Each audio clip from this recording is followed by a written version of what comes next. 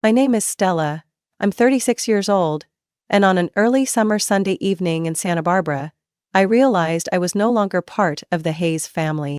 I came to my brother Marcus's 45th birthday party with a carefully chosen gift. A Mont Blanc pen engraved with his name. I wasn't there to impress anyone. I just wanted to show up as a normal, respectful sister, and be treated as such. The party was held at my parents' new estate, a 2-story beachfront house that used to be our childhood weekend retreat. Now it had been repainted in stark white, strung with outdoor lights, and catered by a private chef. The event was orchestrated like a small wedding, complete with a coordinator in black holding the guest list. I parked, stepped out in a simple olive green fitted dress, hair pulled into a neat bun. I handed over my invitation, but the young man at the gate barely glanced at it before looking back at his list. "Sorry, your name?" he asked, voice polite to the point of robotic. "Stella Hayes, I'm Marcus's sister." "Stella Hayes," he repeated, finger sliding down the column. Then he stopped. "Ah. You're listed as A+1 under the family group." I frowned. "Listed as what?" He turned the sheet toward me. Under Hayes family, there were Marcus, my mom Judith, my dad Kenneth, our cousin Crystal and her husband. Even their Pomeranian had its own line. At the very bottom, in smaller font, +1, under family group. I let out a dry laugh. "So, I'm below the dog?"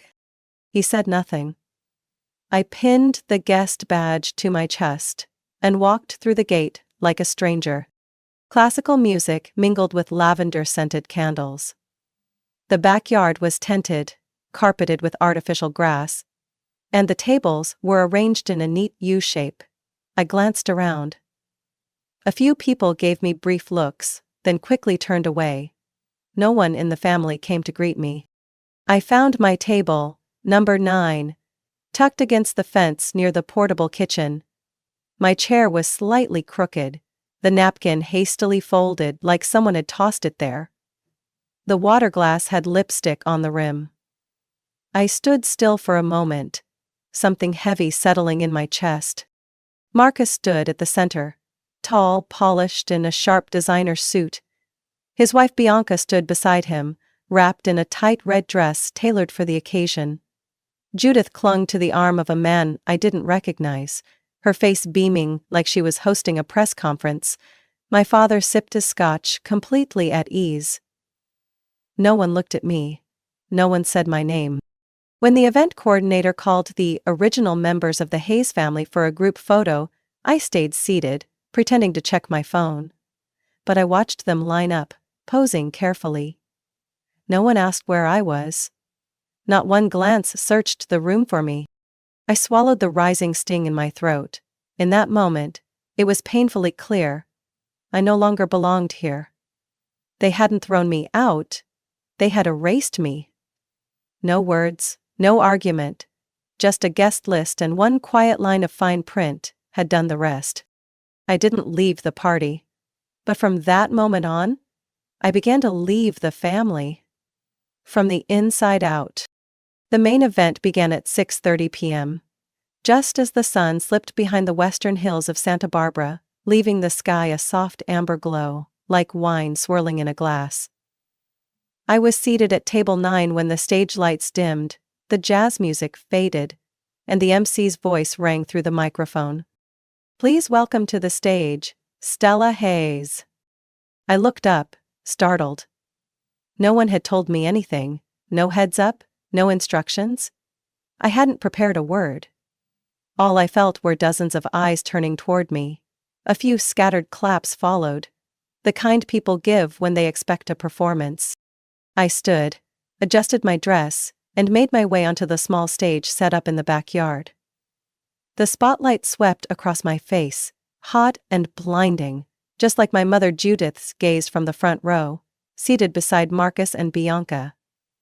I barely reached the mic before she jumped in, cutting me off with fake enthusiasm.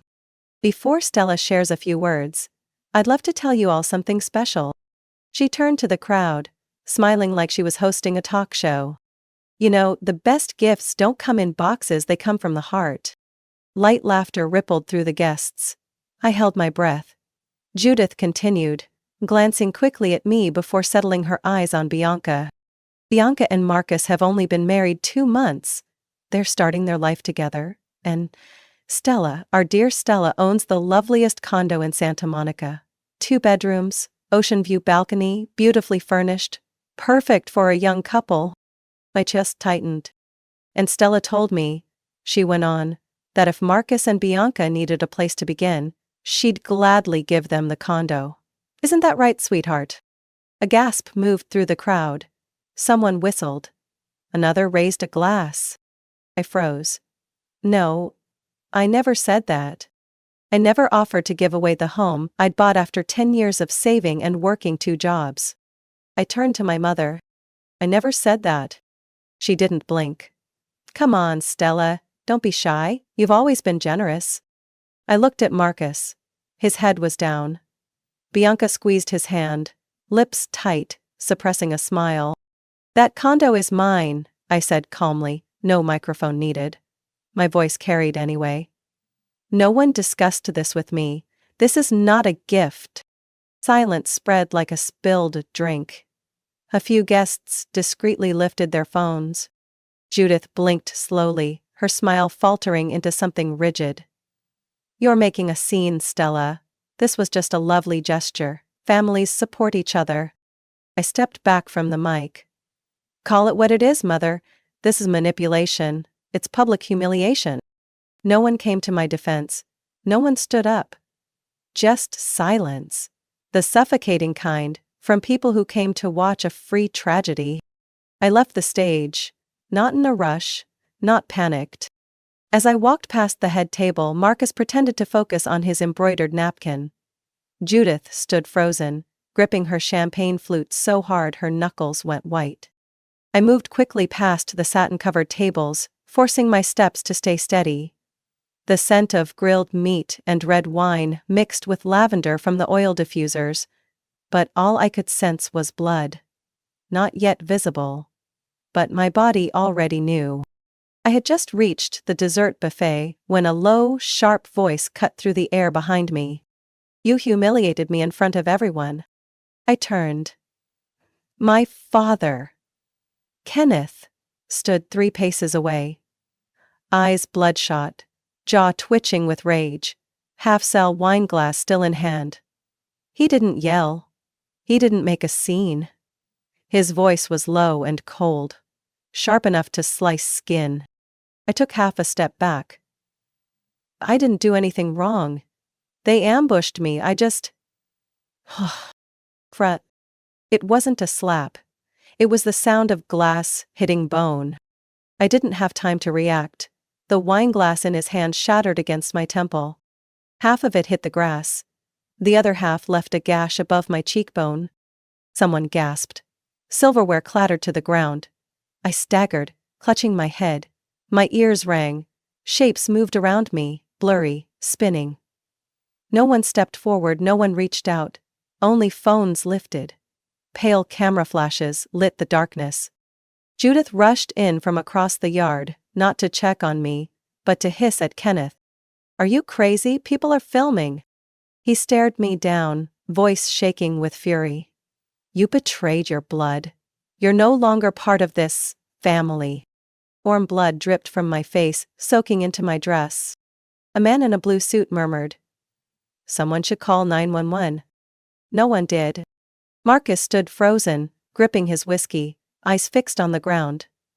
Bianca adjusted her dress strap and turned away. I exhaled, scanning faces both familiar and strange. And in one crushing moment, I knew. None of them would leave their seats for someone like me. I straightened up, head pounding, visions swimming. I looked my father in the eyes. Thank you for giving me your final answer. Then I turned and walked. I didn't run. I didn't cry. I just walked. Past the tables, through the trellis gate lined with bougainvillea, and out of the party where I once believed I'd always have a place. Outside, the sky had gone dark. A cold ocean breeze sliced through the cut on my head.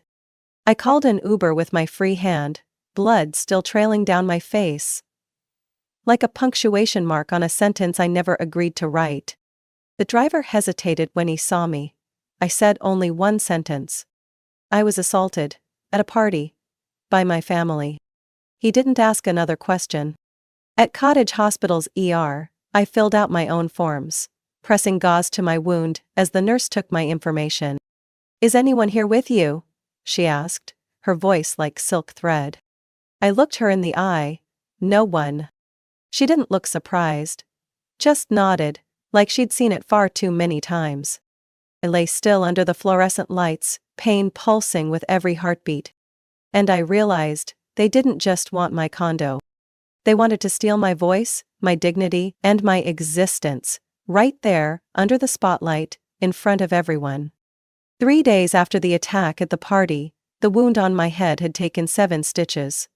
The skin still throbbed every time I tilted, but the silence from my family hurt more than anything. Not a single call. Not a text. It was as if I hadn't been there that night. Or ever, really. I was staying at my best friend Alina's apartment, crashing in her living room, which she quietly turned into a refuge for me. Every morning, she left a hot cup of coffee on the kitchen counter, along with a sticky note that simply read, "Don't let them teach you to be silent." On Wednesday morning, as I was repacking my bag to head back to my Santa Monica condo, my phone buzzed with a call from San Diego. "Hello, may I speak with Stella Hayes?" This is she. "Hi, I'm Kelly Lynn from Sapphire Realty. Just confirming the 2 p.m. showing today for your unit on Ocean Crest Drive. If you can't be there, we'll use the temporary access code for entry." I froze in the middle of the kitchen. "Wait, which unit are you talking about?" 3421 Ocean Crest Drive. Unit 406, is that correct? I forced my voice to stay calm. I never agreed to list the condo. I definitely didn't schedule any showings.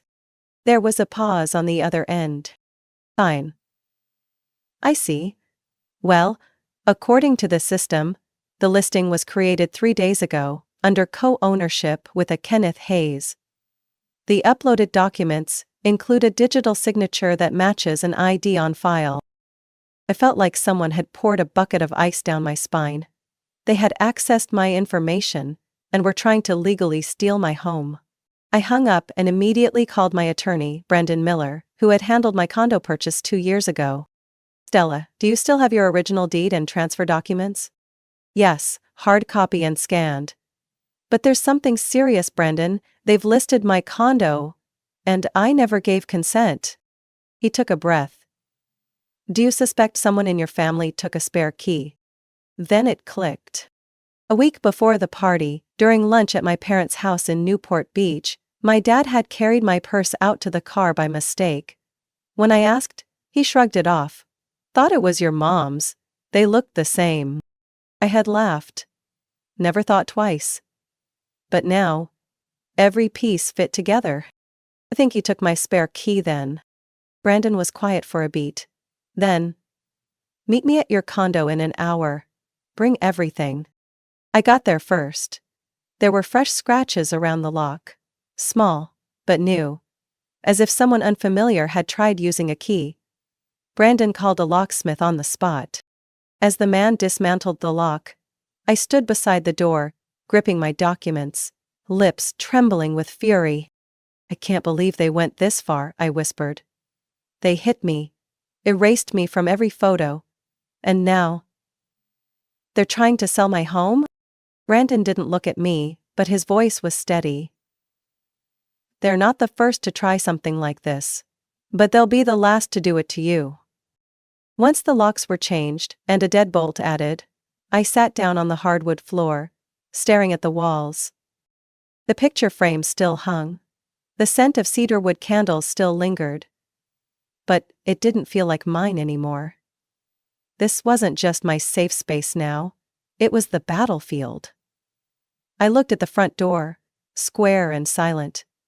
If they wanted a war for what didn't belong to them, I wouldn't retreat. Not this time. On Monday morning, just as I was about to leave my apartment for a meeting with Brandon at his law office, my phone buzzed with a message from my mother. It wasn't cold or passive-aggressive like usual. "Stella, I want to see you. No Marcus, no one else, just me and your father. We need to talk. Please. Don't bring your lawyer." Below was a heart emoji. The first one she'd sent in years. I read it over and over. Cautious to the point of absurdity. But I kept reading it anyway. Brandon looked at me as I explained. "They're playing the emotional card," he said. "Want to guess what's waiting for you? A cup of tea, some almond cookies, and a printed agreement on the coffee table." I nodded. "I know. But if I don't go, they'll twist the narrative. Say I shut them out. Say I refuse to hear them out. They're good at playing the victim." Brandon thought for a second, then placed his hand on the table. "Wear a recorder, I've got a mini one, just listen. But whatever they hand you, don't sign. Not under any circumstances." I arrived at my parents' house at 4 p.m. The new Port Beach home looked exactly as it did the last time I walked out of it. White painted door, brown tiled roof, garden trimmed to perfection, almost unnaturally so. But this time, the front door was already open, like they knew I'd come. My mother, Haitiayane, stood at the steps in a beige sweater and silk skirt, holding a cup of hot tea. No cameras, no visible tension. Everything arranged so neatly it made me want to scream. "Thank you for coming, sweetheart," she said in a soft, measured voice. I nodded. No hug. I didn't step in right away, just stood and observed. Inside, the place was spotless. The coffee table held a plate of almond cookies I used to like. On the couch lay the old family photo album. The same one that had been mysteriously missing a few pages. Now restored, like nothing had ever been tampered with. My father, Kenneth, sat in an armchair by the fireplace, holding a brandy glass, no longer furious like at the party. He now played the role of the calm, contemplative father, just slightly regretful. Just smug enough. "Sweetheart," he started. "We shouldn't have let things get this far. Everyone's been hurt. Everyone's lost something. But family is still family." I sat down. Didn't touch the cookies. Didn't take the tea. "Lost something?" I said quietly. "I lost blood." "And you were trying to sell my condo." My mother cut in with a flat smile. "That was a misunderstanding, Stella. The realtor probably made a mistake. We never meant for that. But to avoid unnecessary legal drama, your father and I prepared a settlement document." She pulled a manila envelope from the coffee table drawer and placed it gently in front of me like it was a birthday invitation. "This is a mutual agreement. You'll keep your name on the deed, but Marcus and Bianca will have exclusive usage for 10 years. The property is still yours. But you won't sell it, and you won't cause trouble." I flipped it open slightly. Legal jargon everywhere. But the last line said it all. Party A agrees to grant Party B exclusive usage rights of Unit 46 Ocean Crest Drive, including rental and full management control, for a period of 10 years. I looked at my mother, then my father, both silent. Wait. No threats, no begging, just pressure, disguised as reconciliation. I folded the document and placed it back on the tray. "This isn't peace, it's a calculated land grab." My father leaned forward, voice darker. "You think dragging this into court will get you anywhere? Your reputation, your job, your relationships. How far do you want this to go?" I stood up and reached into my bag for the tiny recorder I'd switched on before stepping inside. I placed it right in the center of the table. "I don't want anything to go anywhere," I said. "I just want to leave here with evidence." My mother's face turned pale. Kenneth's grip tightened on his glass, and the faint clink of crystal echoed like a gunshot in the stiff room. I didn't need to say another word. I walked out of their house without a goodbye. Peace wasn't in that living room. It was waiting for me. Behind the court documents I was ready to file. 4 days after the reconciliation trap, I sat in Brandon Miller's law office in the Santa Monica Financial District, flipping through documents, my head tight with a rage I'd kept buried too long. Brandon had just uploaded the audio recording from that meeting to secure storage when he slid a fresh file across the desk. "Do you remember the house on Pinewood?" he asked. "The one your parents have lived in since 2012? I frowned. Of course. Back then, they were in financial crisis. Marcus had just lost his job. They defaulted on the mortgage. I helped them save it. Brandon nodded. Right. And I just rechecked the deed. Stella, that house is still in your name. I froze. What did you say? He turned his laptop to face me. On the screen was a scanned copy of the 2013 property transfer. The registered owner, Stella Hayes. They never requested a title transfer. No quitclaim deed, no written agreement, nothing. Legally, you're still the sole owner. I leaned back, as if someone had hit me. They'd lived there over a decade. Decorating, hosting parties, taking photos and calling it home. But the house was mine. "Do you want to move forward?" Brandon asked, his tone as casual as if offering coffee. I didn't answer right away.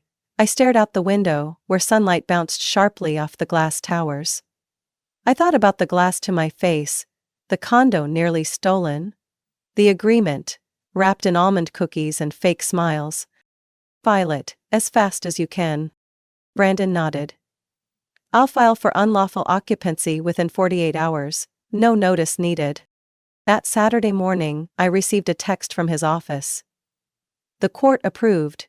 Eviction is effective 72 hours after posting." 3 days later, as I was making coffee in my quiet condo, my phone rang. It was Brandon. They got the notice. Local sheriff delivered it in person at 8 a.m. I thought I'd feel triumphant. But what I felt was silence. Cold and thick. No kind of justice feels whole when the people losing are the same ones who once held you during a fever, or strung Christmas lights with you as a kid. That night, I got an anonymous text. A short video clip. It showed Kenneth, my father, opening the front door to see the sheriff holding paperwork. His face froze like he didn't understand what was happening. Judith, behind him, yelled something unintelligible, her hand trembling as she saw the sealed yellow envelope stuck to the door.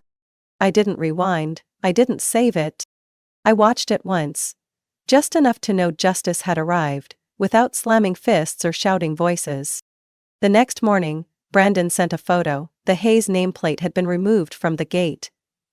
No protests, no appeals, no apology. They'd grown comfortable with the idea that I'd always forgive, that I was the good daughter, the one who never pushed things too far. What they didn't realize was that line had been shattered the moment they dared to call theft a gesture of love. I stood up, poured another cup of coffee and placed my hand on the wooden kitchen counter, where morning light poured in, soft and golden. No one could force me out of this space again. And I didn't need anyone else to tell me I belonged here. I no longer needed anyone at all. 1 week after the eviction order was enforced, I had barely stepped outside.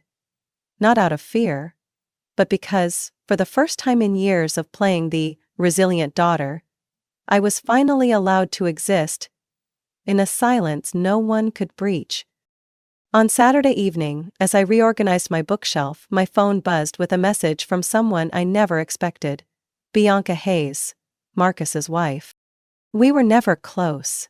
Since the day Bianca entered our family, she'd played the role of the perfect background actress. Smiled just enough, spoke sweetly enough to earn Judith's approval.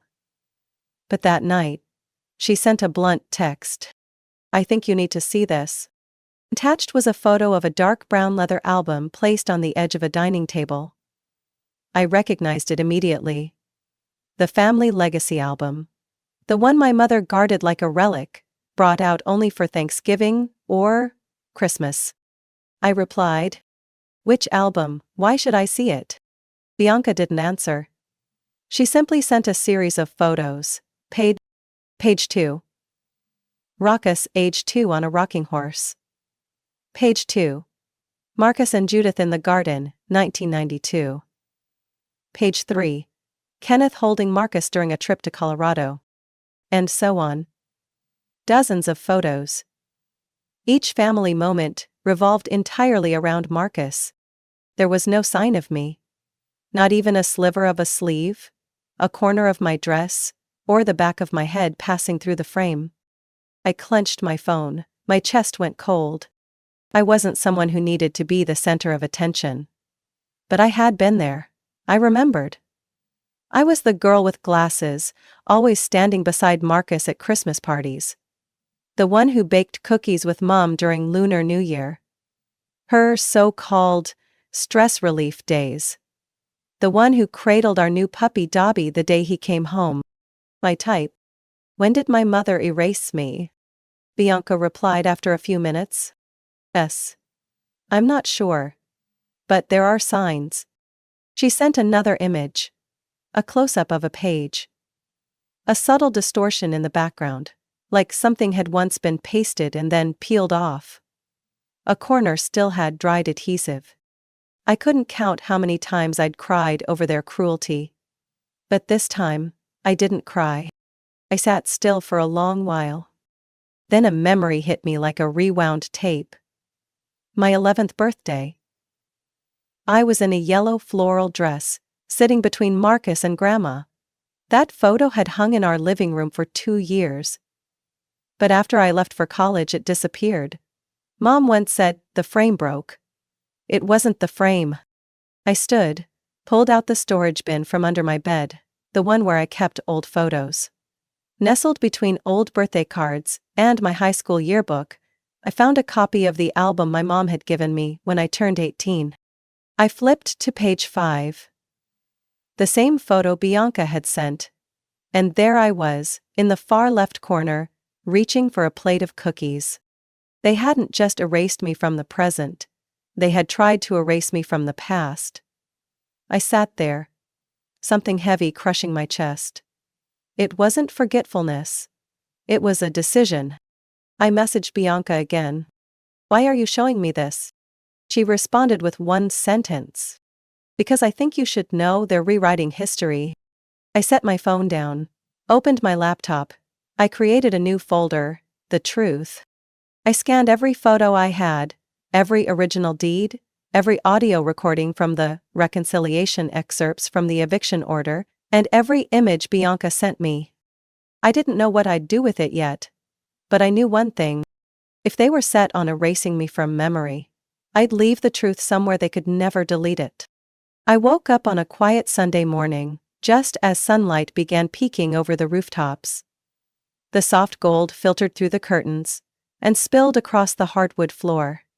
In my hands was a steaming mug of peppermint tea. On the table, my laptop, left open from the night before. The screen blinked with one question. Are you sure you want to share this folder? I didn't hesitate anymore. I clicked, yes. In that moment, every file in the folder labeled, The Truth, went live on a public archive. Permanent link, verified ID, locked against edits. There it was. Every bank transfer I'd made to Marcus when his company was drowning. The text from Judith that read, Stella, can you cover Ivy's tuition? I'll pay you back in 2 weeks. A promise that never saw daylight. Legal documents listing my condo for sale under a forged signature. The living room audio recording of them handing me that benevolent transfer contract. And the doctored family album, alongside the originals I still owned. No outrage, no captions, no names called. Just the truth.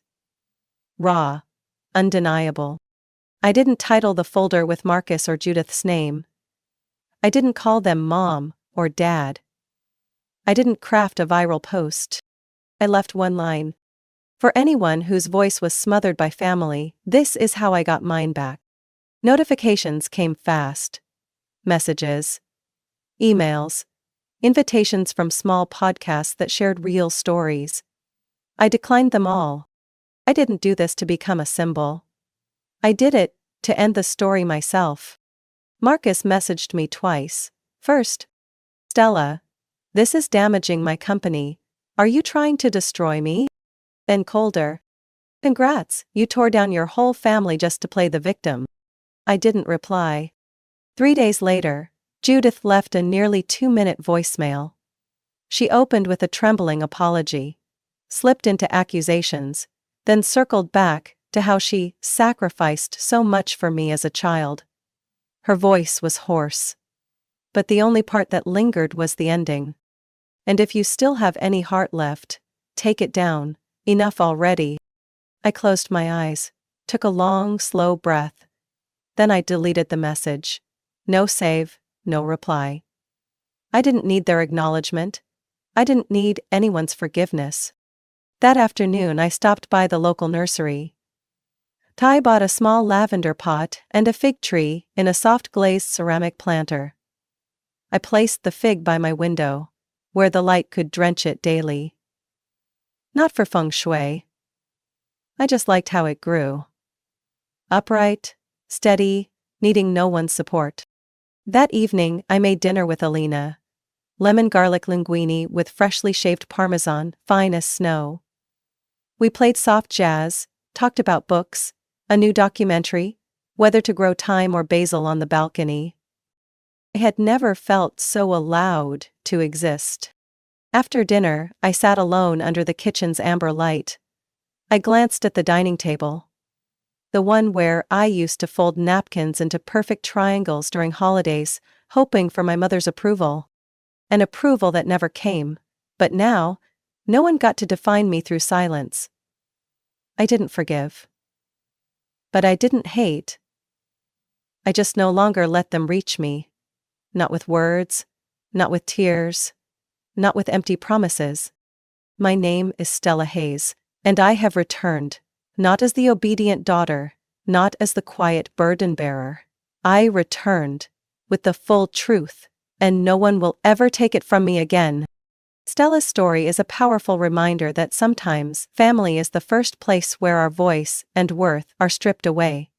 But she chose to rise, using truth and the law to take back control of her life. In the real world, no one is obligated to endure forever. Silence is not a duty, and blind loyalty should never come at the cost of dignity. You have the right to choose peace, even if it means walking alone. What do you think about Stella's decision and how she reclaimed her life? Share your thoughts in the comments below. And don't forget to follow the channel for more powerful stories about family, self-worth, and the journey to finding your true self. I used to think the worst thing was betrayal, but no, the worst is being erased from your own life by the very people who share your last name. They didn't stab me with knives, they killed me with invisibility. By pretending I never existed. That day, at my brother's 38th birthday party, I understood it more clearly than ever. They invited me to play a silent extra in the flawless family performance, and the most painful part? I once believed I was still one of them. My name is Zoe Whitman, 33 years old, a financial analyst at an investment firm in Portland. Despite earning well, I've always lived independently, in a modest apartment near the Willamette River. I don't like showing off, and I've never wanted anyone to owe me anything. For years I quietly supported my brother, Brandon Whitman, through the hard times, including when his real estate firm was nearly bankrupt, but that was never mentioned. Just like me. Never mentioned at all. The party was hosted at my parents' mansion, Edward and Clara Whitman, in Lake Oswego, a wealthy suburb filled with homes overlooking the lake. When I arrived, my Honda Civic was immediately swallowed up by rows of luxury cars lining the driveway. An Audi Q7, a Tesla, even a brand new olive green Porsche. I wore a simple black silk dress, no label, nothing flashy, but decent enough. In my hand was the silver ribboned gift box. A monogrammed pen for Brandon, the only thing I could think of that didn't feel absurd. A young man stood at the gate, dressed in a black suit, earpiece in one ear, clipboard in hand. like I had walked into a Hollywood gala. "Good evening. May I have your name?" "Zoe. Zoe Whitman," I replied, slightly adjusting the gift in my arms. He scrolled through the list, his brows furrowed. Whitman. Whitman, here it is. "You're listed as a +1 under the Whitman family block." "+1, I echoed, trying to stay calm. "Yes, there's no individual listing for you. Just marked as a guest accompanying the family." I forced a smile, hiding the hand tightening around my bag strap. "That's fine, you can just handwrite it. I can print a new tag if you'd prefer." "No need, I'm fine." I pinned the tag, labeled guest, onto my chest, right over my heart. It tugged the fabric slightly, as if reminding me I truly was playing a supporting role. Inside the house, everything was blindingly extravagant. Crystal chandeliers bounced light through champagne glasses, scattering glimmers across the walls. A jazz band played "Fly Me to the Moon," like it was a royal wedding. I moved through the elegantly dressed guests, every step echoing a sense of displacement. I followed the seating chart taped near the stairs. Table 14. My name wasn't on it. Just a small +1 next to Whitman family. My seat was tucked beside the kitchen door, behind a thick marble pillar. I couldn't see the stage or the band, only hear laughter from the main area, where my parents Brandon and his wife Chelsea were holding court. I pulled out the chair and sat down, facing a limp, swan-shaped napkin with its head slumped, like it had given up halfway. I had thought, at the very least, my father, Edward, would come greet me. He didn't. He glanced at me once from afar, eyes vacant, then turned back to toast a man in a glittering suit. My mother, Clara, was busy boasting about Brandon's achievements, like he'd just won an Oscar. No one spoke to me. Not a single hello. No one asked why I came alone. I sat there, beneath the lights and music, and felt myself dissolve. As if I had never belonged. As if I had never lived under their roof for the first 18 years of my life. I touched the swan napkin gently. Part of me wanted to cry, part of me wanted to laugh, and a small part, just a sliver, wanted to get up and never come back. That's when the lights dimmed, and my name rang out through the mic, yanking me out of my thoughts like a slap of cold water. "Please welcome Zoe Whitman, beloved sister of Brandon, to share a few words." I froze. I stepped onto the stage like a shadow, not because of shyness, but because I had no idea what role I was being forced into. The spotlight hit my face, making me squint. Below, the faces of the so-called family blurred behind glasses of red wine and disinterested. No one handed me a mic. No one told me why I was up there. The music stopped, and the silence tightened like a wire about to snap. "Zoe, sweetheart." My mother Clara emerged from the side of the stage, cocktail in hand, smiling, like this was her Golden Globes moment. She put an arm around me gently, but I felt her fingernails pressing into my shoulder. Like a signal. "Isn't tonight beautiful? Brandon and Chelsea deserve the very best." I nodded slightly, eyes drifting to my brother seated at the head table. Gripping his wine glass, avoiding my gaze. Clara turned to the crowd, her voice rising like she was headlining Broadway. "And, because Zoe is always so thoughtful, she has prepared a special wedding gift for the couple." I turned to her, chest turning cold. "What are you talking about?" She laughed like I had made a hilarious joke. "The condo in the Pearl District, of course, 2 bedrooms, balcony facing the park. What could be more perfect for newlyweds?" "No," I said quietly, off mic. "Absolutely not." My father cleared his throat and spoke loudly enough for everyone to hear. "Zoe, this is a special occasion. You don't need that place all to yourself, right? You travel constantly. Brandon needs a stable home for his family." Whispers erupted like a brush fire. "She's keeping it for herself? She has always been so selfish." I felt every eye pierce me like pins. Judging, expecting, maybe even disgusted. Clara chuckled. waving a hand to calm the crowd. She's just shy. But this would be a beautiful symbol of unity, wouldn't it, Zoe? I swallowed hard. Milked my nose. No one told me. Edward stood, eyes darkening. You're embarrassing us in front of everyone? Or maybe you're pressuring me into something I never agreed to, I said into the mic, each word sharp. The room fell into a weighty silence. Chelsea looked down. Brandon didn't move. No one came to my defense. Zoe, don't overreact.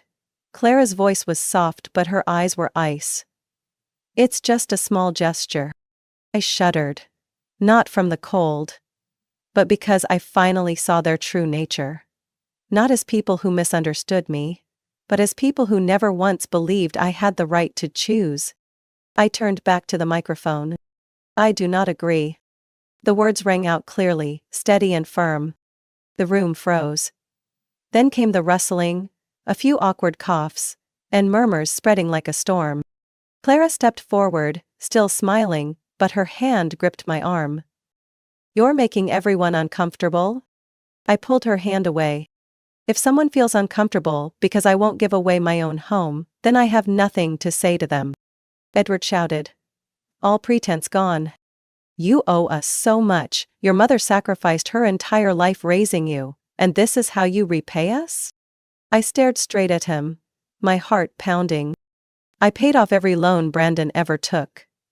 I covered the house repairs last year. I paid your hospital bills 2 years ago without asking for anything back. I owe no one anything. The air was thick, like gas, waiting for a spark.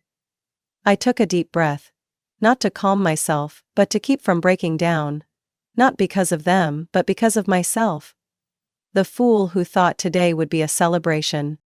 I removed the name tag from my chest and held it up for everyone to see. If this is what family means, then I'd rather not be part of it. And I stepped down, leaving the stage behind with its suffocating silence.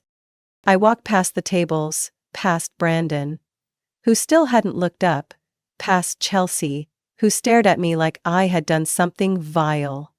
I walked straight out of the banquet hall, out of that house, and I knew. I had just walked away from the toxic cycle they called family. In the hallway leading to the parking lot, I heard footsteps rushing behind me, but I didn't turn back. Because I had had enough. I hadn't even made it out of the lobby when I heard a glass slam onto a table, followed by the sharp clack of dress shoes against marble.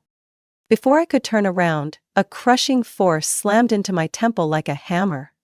My vision blurred, like lightning had exploded inside my skull. A breath later, I heard glass shatter and a chorus of gasps. Oh my God, he just hit her. I reached up, my fingers immediately finding warm, thick liquid running down my face and onto my collar. Blood. My father, Edward Whitman, was still gripping the champagne bottle, its neck fractured. He said nothing, just stood there, clutching it like his hand had acted on its own without consent from his mind. His face was flushed, his shoulders trembling with unrestrained rage. My mother, Clara, stood a few feet away, wineglass in hand, her face devoid of emotion. She didn't rush to help. She wasn't shocked. She just said, coldly, "You ruined everything. This is your fault, Zoe." At that moment, I didn't feel pain. Just numbness. As if my body hadn't fully processed what had happened. Around me, whispers grew louder and spread like crashing waves. For a weekend to recover. Call 911 again. Call 911 again. This is supposed to be a birthday party, not a crime scene.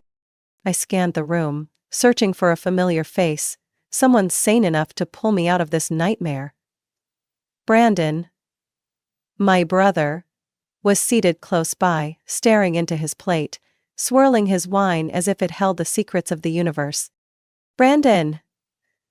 I called out, my voice hollow. Not from tears, but from freezing despair. He didn't respond. Didn't move. Didn't look up. No one in my family came near. Not a hand on my shoulder. Not a single napkin offered. They just stood and stared, like spectators watching a shocking twist at a wedding. Not horrified enough to act. An older man at table 6 leaned over and murmured to his wife. "If that were my daughter, I would have pulled her out of here." His wife replied, "But you're not Edward." A single drop of blood fell onto the pristine white tiles. Then another. Each one spreading like red ink. Punctuation marks ending the story I once called family. Only one voice cut through the noise. Jonah, my cousin. The mechanical engineer who always needed help with loan documents. "Someone call the cops," he shouted. But didn't lift his phone. He just stood there, staring at me like I was a car crash. I slowly stood up, still holding my head. The wound began to pulse, the pain building in waves, but I refused to collapse. Not here. Not in front of them. All the sounds around me faded into background noise. Just the click of my heels and the sound of my own uneven breathing. A young waiter backed away as I passed, panic in his eyes, unsure whether to help. I didn't blame him. He showed more kindness in that hesitation than the people who had raised me for over 20 years. I walked past Brandon without turning back. If he wanted to keep his eyes glued to his plate forever, I would let him rot in his cowardice. The front doors opened, no one followed, no one called out, no one tried to stop me. As if I had never been there. I called an Uber. The blood had begun to crust along my jaw, sticking to my shirt. The driver glanced at me nervously in the mirror. "Do you need a hospital, ma'am?" "Yeah." At the emergency room, the fluorescent lights made everything feel even emptier. I sat waiting for stitches with a cold glass of water in my trembling hands. Each time a nurse asked for my name and date of birth, I felt like it was some kind of cruel joke. Like I was confirming I existed, when at that party, I had been reduced to a disposable shadow. The nurse looked at me with familiar eyes. "Anyone here with you?" I shook my head. "No, just me." She nodded softly, then said gently, "You're not the first." I left the hospital close to midnight, my head wrapped in white bandages, the pain dull but constant. I sat in the car, watching the city flicker and pulse. But none of it felt like mine anymore. When I got to my apartment, the door was intact, the lock untouched. But my heart? That would never be the same. I stepped inside, closed the door and cried. No sobbing. No sound. Just tears no one would ever hear. Because bruises fade?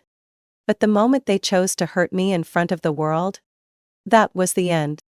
I woke up on Monday morning with my head heavy as stone. The scent of medical gauze still lingering in the air, mixed with disinfectant that hadn't quite faded from the collar I had hurriedly washed the day before. I thought I would sleep deeply after everything that had happened. After the blood-soaked party. After the unexpected blow from the man who called himself my father. But no. I just lay there, eyes wide open, staring at the ceiling, as if closing them would unleash every image that had haunted me. I made myself a cup of ginger tea, my hand still trembling as I held the mug. When I turned on my phone, the screen lit up with a missed call from an unknown number, and a voicemail. I hit play, and the world tilted off its axis once again.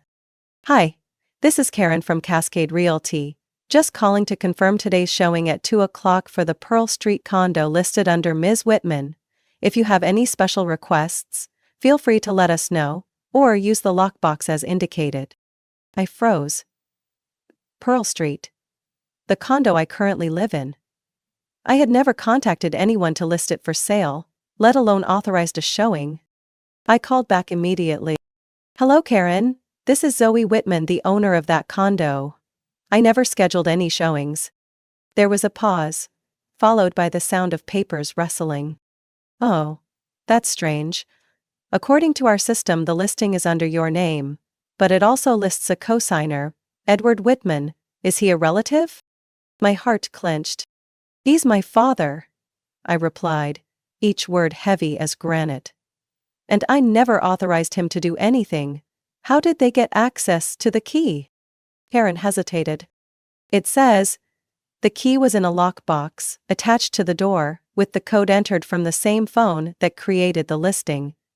We're very sorry if this is a misunderstanding. Would you like to cancel the appointment? Not just cancel. I want to know who submitted the listing and uploaded the documents. My attorney will be in touch. I ended the call, feeling like a bucket of ice water had just been thrown in my face. I rushed to the bedroom and tore through my handbag, the same one I had brought to Brandon's birthday. I remembered clearly, after dinner last week, my father had said, "Let me carry that for you, it looks heavy." I didn't think twice. I handed it over, assuming it was one rare moment of kindness. Looking back now, he had the perfect opportunity to search my bag and take the spare key I always kept in the small inside pocket. Sweat pooled in my palms, nausea rose in my throat, like my body was reacting to betrayal even faster than my mind. I opened my laptop and pulled up the property records. Everything was still in my name. No signs of a transfer. But something was happening. And my parents were doing it behind my back. One calculated step at a time. I dialed Marvin, a lawyer I had met at a recent networking event. He was a friend of my boss, specializing in internal family property disputes. I never thought I'd need someone like Marvin, but now, I had no choice. "Zoe? I remember you. What's going on?" "My family is trying to sell my condo behind my back. They have a key. They created a fake listing, and I think they're planning a legal takeover." He was silent for a moment, then spoke, like flipping a switch. "Send me everything you have, the original deed, receipts, proof of unauthorized use. We'll start this afternoon." I emailed him everything in under 10 minutes. While waiting for a reply, I called a locksmith. A middle-aged man arrived by noon, beanie on his head, tool case in hand. "This lock's been used recently," he said, inspecting the scratches around the knob. "Someone's been going in and out, trying not to get noticed. I want it all changed, and add a fingerprint lock too." "Got it. It'll take a few hours, but I'll have it done today." I leaned against the hallway wall, watching him work. No break-in, no forced entry, just casual, familiar access. Like they walked into my home the way one might stroll through a store, picking whatever they pleased, assuming no one would stop them. That afternoon, I received a message from Clara. "Zoe, we need to talk. About the family. About the future. Don't be so quick to judge before knowing the full story. 5 o'clock. The old house. Just your parents. Don't worry. No apology. No explanation. Just an invitation to a new performance." I stared at the message for a long time. Then set the phone down. I knew what awaited me there. Not reconciliation. Just another sweetly wrapped punch, this time served with hot tea and a warm hand towel. But I would go. Not out of hope, but because this time I needed to face it. And I would not go alone. I would bring the truth with me. I got the message from my mother on a quiet April afternoon. Portland was draped in a gentle mist, and everything around me had finally started to feel still. But that message sliced through my peace like a razor. "Zoe, give the family a chance to clear things up. No one wants this misunderstanding to last forever." 4 o'clock. The old house. Just your parents. No drama, no outsiders. I promise. I stared at the word promise, like it still meant something, but the part of me that once believed in it had died the moment that champagne bottle shattered. I didn't respond immediately. I thought it over. Then I decided. I would go. Not for hope, but for instinct. Part of me wanted to look them in the eye. And more importantly, I needed to know what they would try next. The house in Lake Oswego looked like something out of a magazine. Freshly trimmed lawn, tulip beds in full bloom, the door freshly painted. But what hit me wasn't the appearance. It was the air inside. Too polished. Too perfect. Suffocatingly fake. My mother opened the door before I even knocked.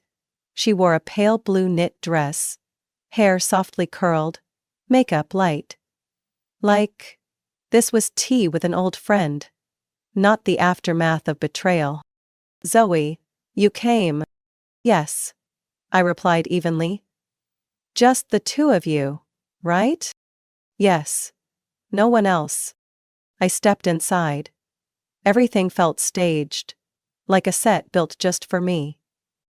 Butter cookies on porcelain plates, fresh licorice tea, napkins folded into maple leaves. Even a framed photo of me and Brandon as kids. One I knew had been missing from the house for years. You still remember this chair, don't you? Mom pointed to the armchair near the fireplace. Where you used to open your Christmas presents in 4th grade. Just say what you need to say, I cut in, no patience left. My father emerged from the hallway holding a thin folder. His eyes weren't angry like at the party, but they were cold. Calculated. Zoe, there's been a lot of misunderstanding. We don't want this tension anymore, he said, placing the folder on the tea table. I didn't sit. I just stared at the gray cover. What is that? A way to make everything clear, my mother chimed in sweetly. We need boundaries, an agreement, so no one feels threatened or misunderstood. I opened the folder. Under the light, the bold title hit me like a punch. Property Transfer Agreement. Pearl District, I turned to the next page. Every paragraph written in carefully neutral legal language. Internal arrangement. Peaceful resolution. Clarification among family members. But it all meant one thing. They wanted to take the only home I owned. Are you too serious? I asked, still holding the open folder. My father sat down, crossed his legs, and didn't take his eyes off me. You don't need that condo, you're always traveling. Brandon and Chelsea need space to get ready for the baby. I'm the only one on the deed. No one has the right to pressure me. No one's pressuring you, my mother said gently, like she was soothing an angry child. It's just a gesture for the sake of family. A symbol of healing. You can say no, but you know what path this will take if you keep resisting, don't you? I looked at them. They weren't my parents anymore. Just two adults sitting across from me, using lawyer-like tactics to corner a witness, manipulating memories like emotional poker chips. I closed the folder and set it down on the cookie tray. Everything here is staged like a model home, but I didn't come to sign anything. I came to see just how far you'd go. My mother froze. My father blinked, his face stiff as stone. I stepped back, still staring at them. That night you let me walk out of a party with blood on my collar, not a single apology, and today, you hand me paperwork disguised as reconciliation? Zoe? My mother called softly. Don't, I cut her off. I used to think silence was grace. Now I know, it's how manipulators win. I took out my phone, snapped a photo of the folder, and slid the phone back into my pocket. Thanks for the tea. I'll be sending this scan to Marvin. And next time, if you want to talk to me, be honest. Drop the performance. I turned and walked away, my heels tapping a cold rhythm against the wooden floor. No one followed, no one called after me. The wooden door closed behind me like the final period at the end of every last illusion I once clung to. And this time, I knew for sure. I wouldn't be coming back. I met with Marvin the next morning, clutching a thick folder and carrying the weight of 2 sleepless eyes. The dull ache from my head injury still throbbed at the base of my neck, but I was used to that pain being ignored. He brought me into a private meeting room. Soft amber lighting and a fresh cup of coffee on the table made me feel safe for the first time since that horrific night. Marvin flipped through each document copy with the sharp focus of someone who had seen far too many betrayals in his career. You fully own the Pearl District condo, no co-owner, no secondary mortgage, no recent notarized authorization, he said firmly. I nodded. I never signed over anything to my parents. They only got the spare key from my purse and found a way to impersonate me. Marvin tapped the edge of the table, thinking for a few. Are you aware you're still the legal owner of another property? The house in Lake Oswego where your parents live? I looked up sharply. My heart clenched. What? Records from 2012. That home was under foreclosure risk. At the time, you purchased it in a foreclosure rescue. You paid the remaining mortgage balance and have legally held the title ever since. They never filed for a transfer. I was speechless. I remembered that time. My mother had called me in tears, saying if they couldn't make the final payment, they'd lose the house that had held 3 generations. I had just landed my first full-time role at the investment firm, barely a year in, but I agreed to drain my savings to help. I didn't count how many papers I signed. I didn't care about whose name was on the deed. I just thought, family needs this. And now? I'd bought them a roof over their heads. They repaid me by striking me at a party and trying to sell the place I call home. Marvin gently slid the file back to me. If you'd like, we can issue a notice to vacate today. They have no legal grounds to remain there without your permission. I sat in silence for a long time. I didn't picture my parents. I pictured myself.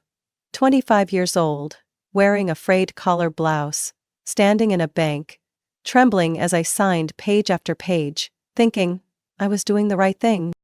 I looked at Marvin, and for the first time since this began, I said it without shaking. Send it. I want them out. He nodded, no further questions. That afternoon, I didn't go to the office. I went home, pulled the curtains, flipped my phone face down, and sat quietly by the window. The emotions didn't pour out like a flood. They seeped in like cold water. Slow, steady, bone deep. 3 days later, the eviction notice was delivered to Edward and Clara's hands by Marvin's office, witnessed by officers from Clackamas County. I wasn't there. But I knew. Because just 1 hour later, Brandon, the brother who hadn't said a word since I was assaulted, sent footage from their home security camera to the family group chat. In the grainy video, my father opened the door in a wrinkled robe, toast in hand. My mother stood behind him, pale, still holding a teacup. The officer handed them an envelope.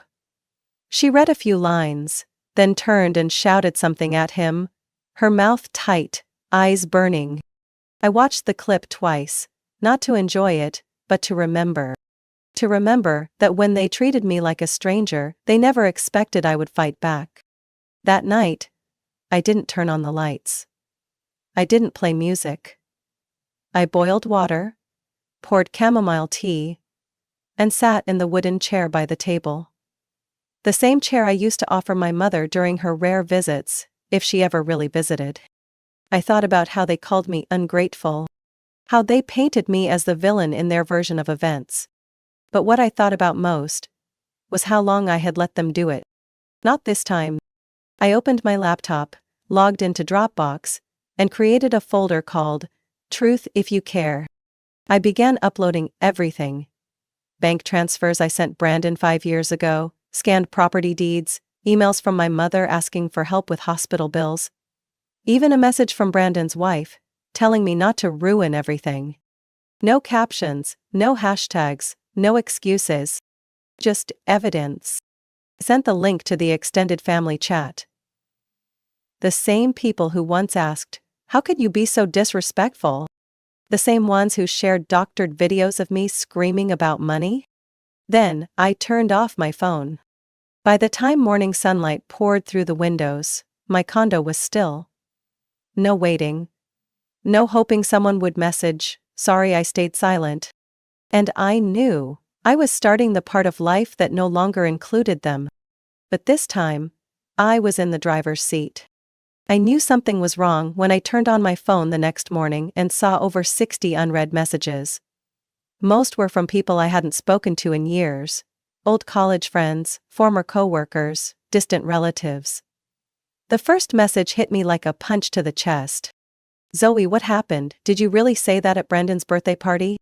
I opened my social media app and saw it. A video posted by Clara Whitman. My own mother. Title: When Gratitude is No Longer a Family Value. The clip was under a minute. They had edited it to show only one thing: me, on stage, saying, "I do not agree." But they had cut everything that came before. The part where I was pressured to publicly gift my condo to Brandon and Chelsea. No one heard my father saying I should feel honored to give it up. No one heard my mother's cold chuckle when she suggested I give it, as a symbol of family unity. All anyone saw was a woman standing on stage, emotionless, saying I do not agree, while a few people clapped awkwardly in the background. Below the clip were hundreds of comments. Archie works in finance, must be rich enough to lose her humanity. Parents did everything for her, and this is how she acts? Chelsea's pregnant, and she won't even give up one condo? Not one person mentioned the blood I left on the marble floor. No one brought up the shattered champagne bottle. No one saw me stumbling out of the party with a bandaged head. They had written a story. A fake tragedy. Where I was the villain, and they were the victims. I sat there, seething, not with rage but with a cold, piercing clarity. If they wanted to play this game in public, fine, I'd bring the light. I opened my Dropbox folder, the one named Truth If You Care. I reviewed every file to make sure the evidence was clear. I added 3 audio clips, one of them a voicemail from my mother last August. Zoe, sweetheart, your dad and I are short on money to fix the porch. If you can, could you send $4,000 in advance? We'll pay it back. I included bank statements showing the transfer labeled Whitman Residence Emergency Fund. I uploaded the 2012 home purchase contract, the deed in my name, my signature. I even added screenshots of late-night messages from Brandon begging for help when his company was drowning in debt, and the money I sent, never once asking for it back.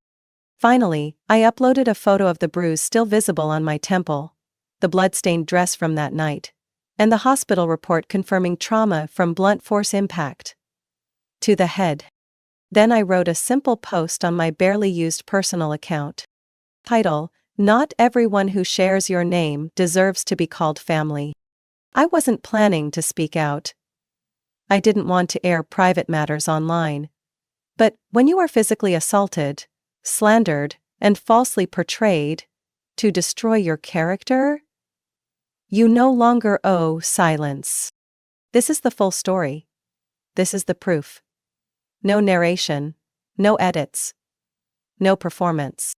But listen, the truth. Truth if you care. Dropbox folder. I didn't reopen the app after posting. I didn't care who believed me. I only cared that anyone seeking the truth could find it.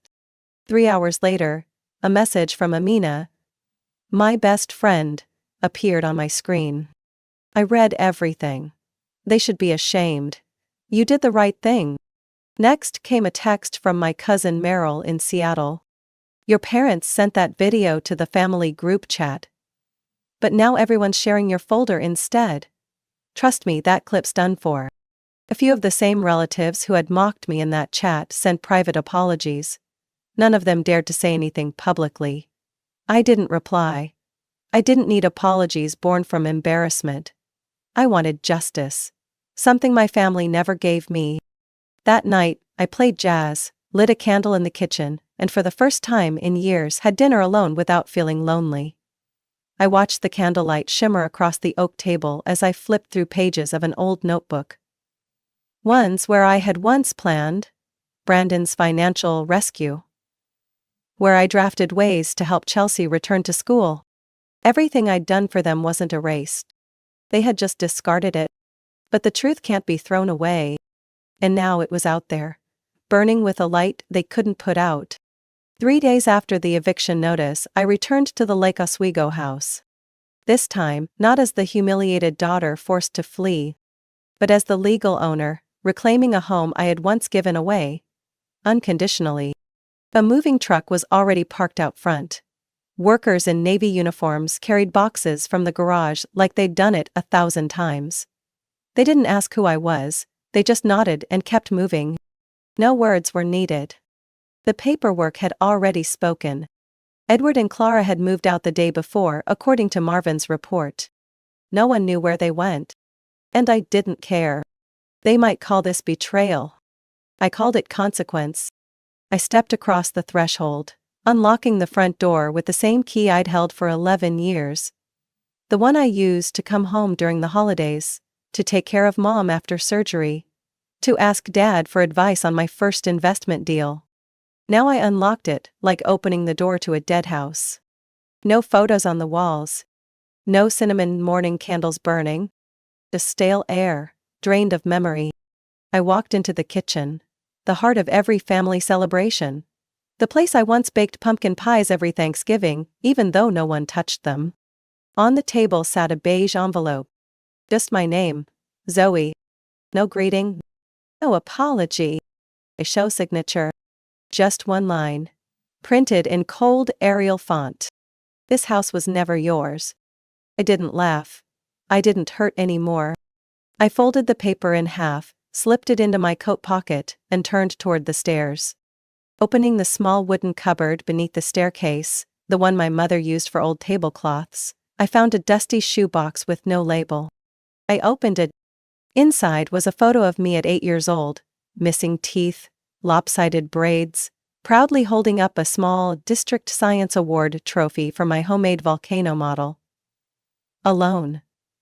No parents, no Brandon, no one beside me.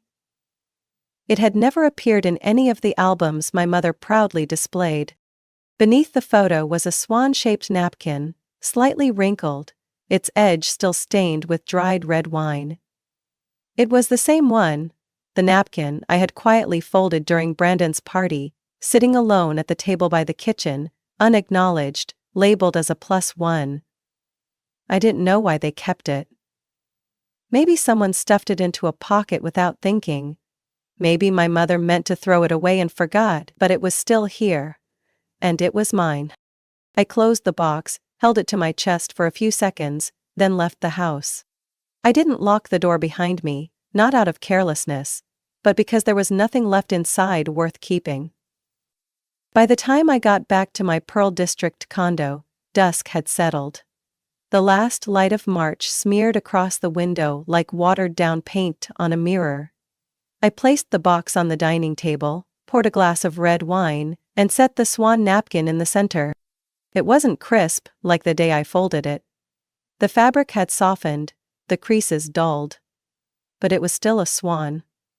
Head high, silent and unbroken. Just like me. I didn't need to rebuild a family, I only needed to rebuild myself. Not the version that begged for acceptance. Not the quiet older sister. Not the daughter who did her duty. I reorganized my bookshelf, tossed out every frame that held their faces. I bought a new set of glasses, not needing anyone to toast with. I called a plumber to finally fix the leaking faucet that I had ignored for months. I moved the sofa to face the river so I could watch it every morning. No one asked what I needed. And I didn't need anyone's permission to be at peace. That evening, Amina knocked on the door. She brought a basket of fruit, a small jar of lavender, and a smile free of judgment. She didn't ask if I was okay. She simply placed a hand on my shoulder and said, "You're stronger than all of them combined." We had dinner together. Simple pasta, 2 glasses of wine, and a soft jazz tune playing from a small speaker. She talked about work, summer travel plans, a novel she was reading. I listened. I smiled, and for the first time in a long while I didn't feel like I was bleeding inside. Before she left, Amina pointed to the swan napkin on the table.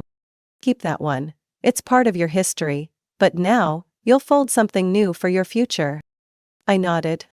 When the door closed behind her, I sat down, picked up the swan napkin, and for the first time, thought about folding it into a crane. A creature that doesn't swim with the flock, but flies above the water. I didn't need forgiveness. I just needed not to return. My story wasn't just about a condo, or a champagne bottle to the head. It was a journey of awakening from the toxic chains disguised as family. I had been erased from memory, exploited, beaten down. But from that I rose. Reclaimed the truth, my dignity, and the right to peace. I learned that sometimes, peace doesn't come from forgiveness. It comes from having the courage to leave. And silence when chosen is the loudest voice of all. What do you think about Zoe's choice? Was she right to stand up for her worth against her own family?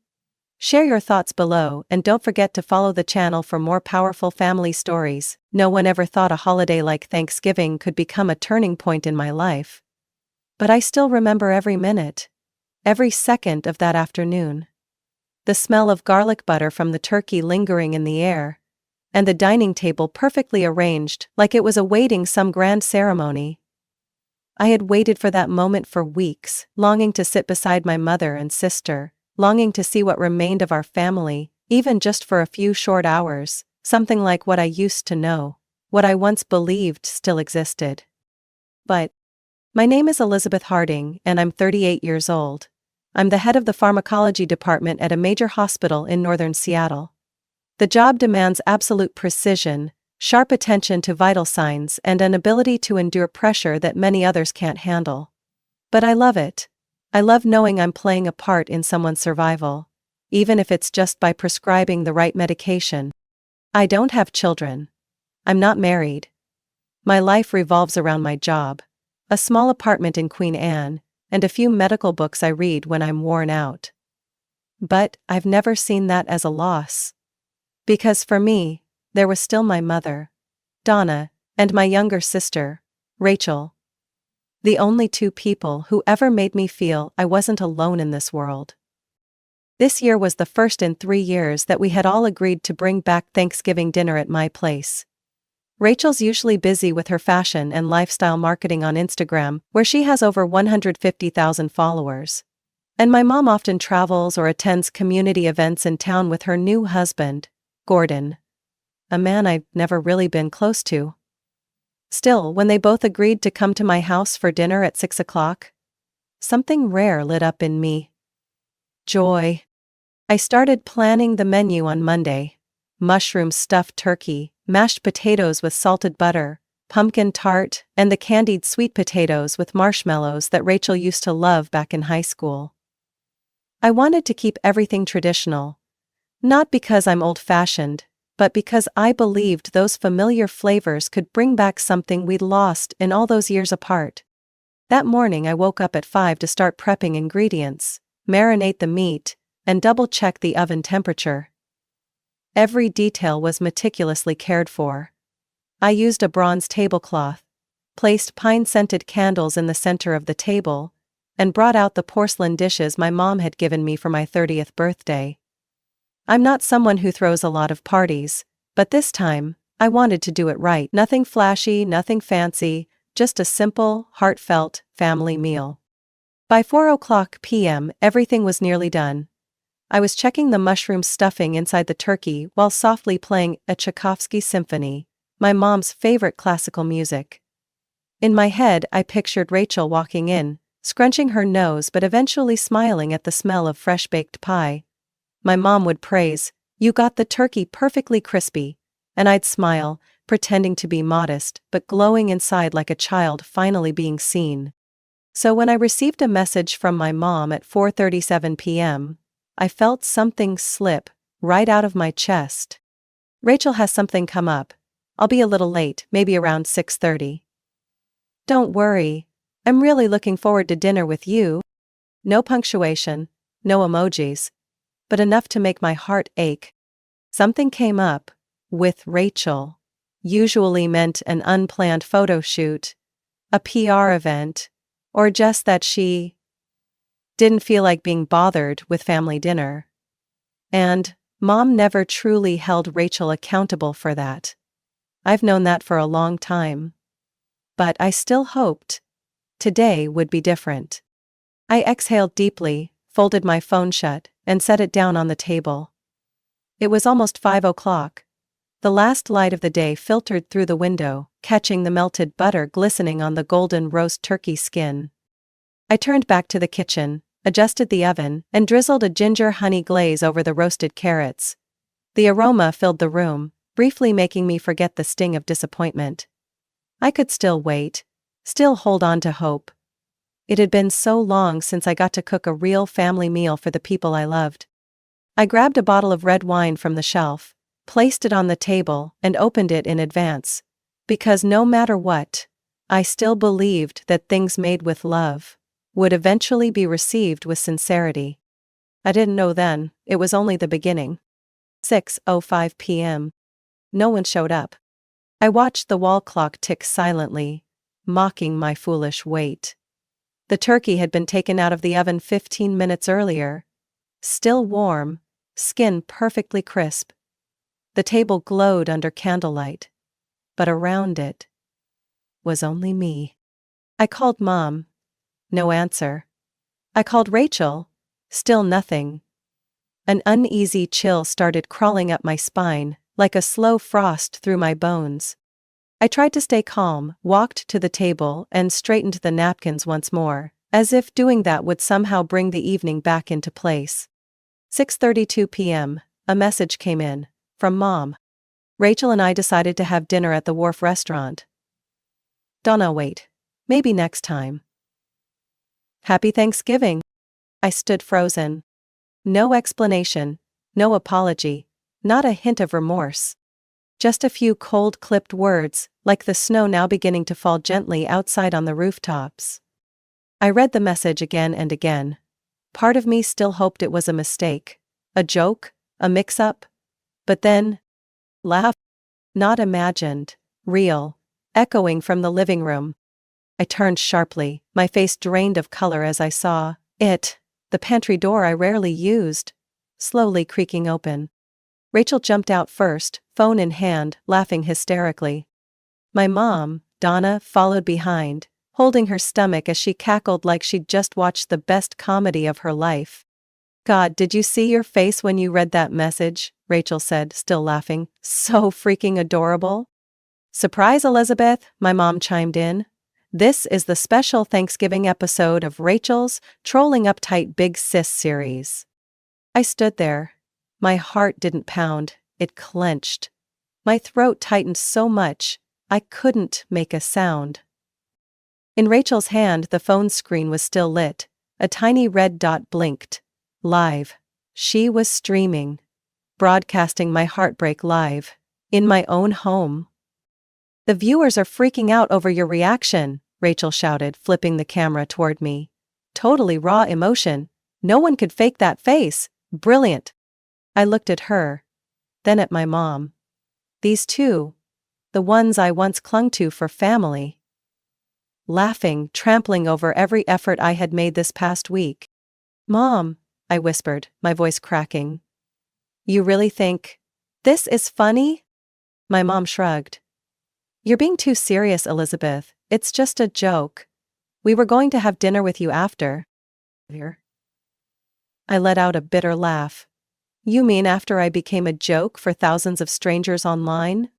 Rachel was still filming, still live streaming, still circling like a vulture feeding on my pain. Don't kill the vibe, she scowled.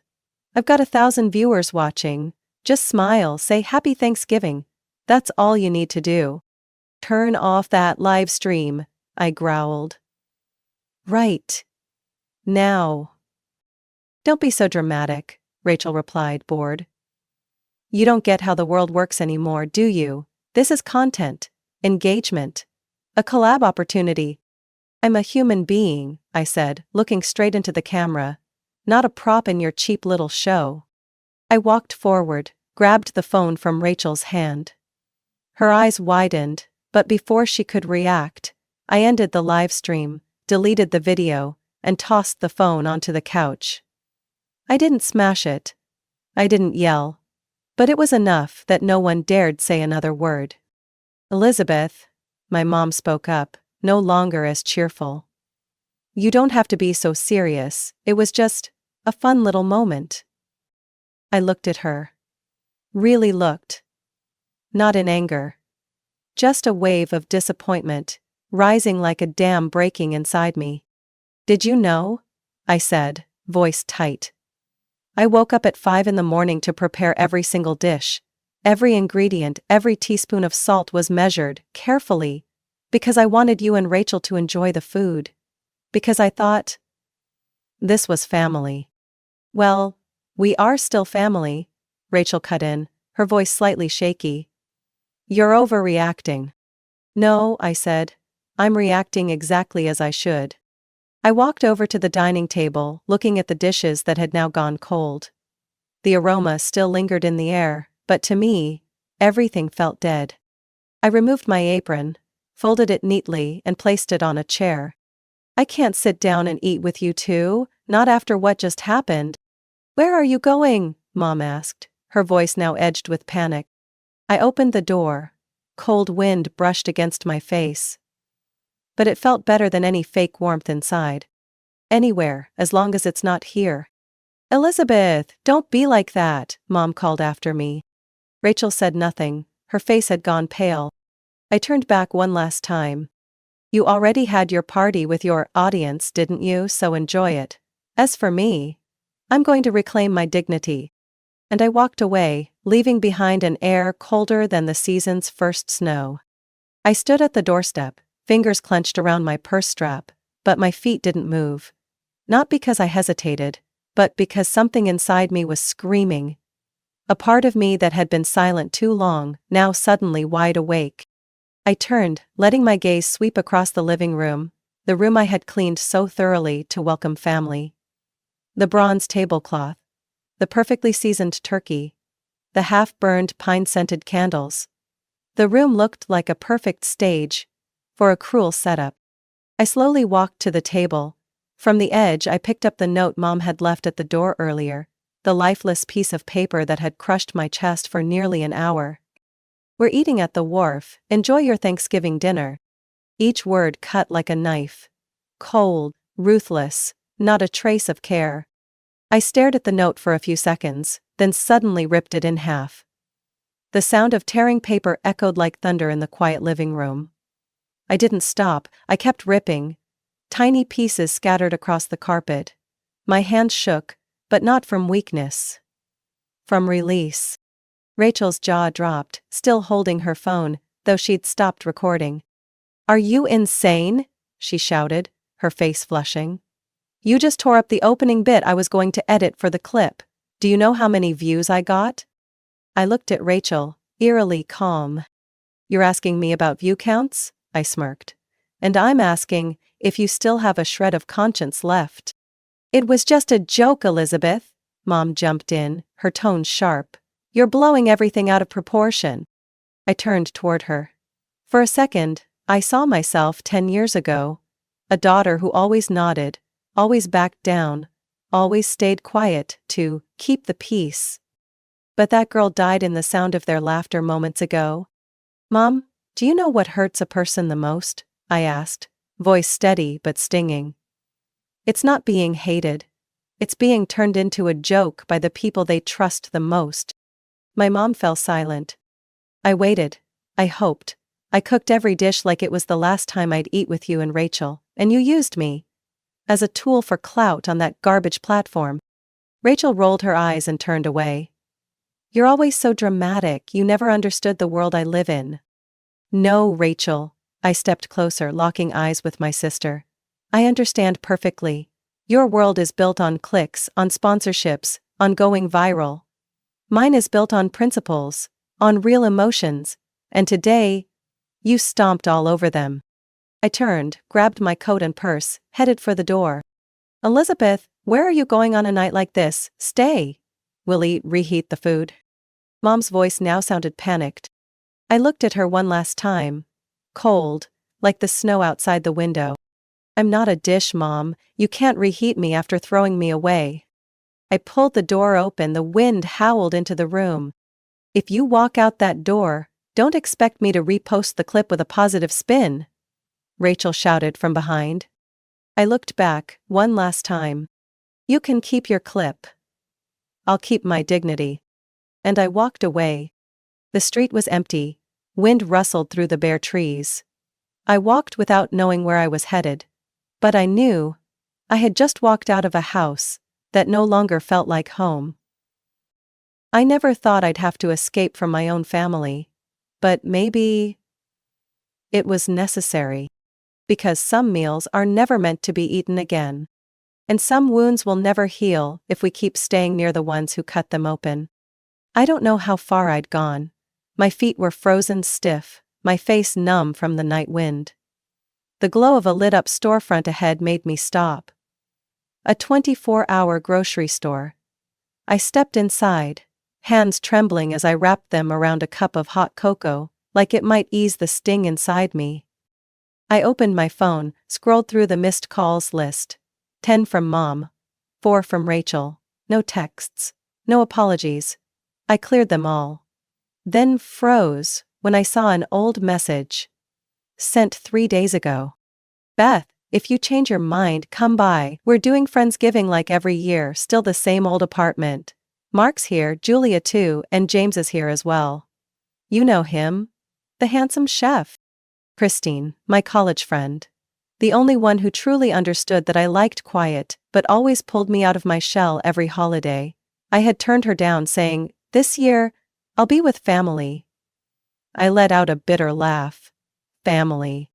I looked at the clock, 8:12 p.m. The party was probably still going. I bit my lip, hesitated. A part of me still wavered, afraid of the pitying looks, the awkward questions like, "Why are you here alone?"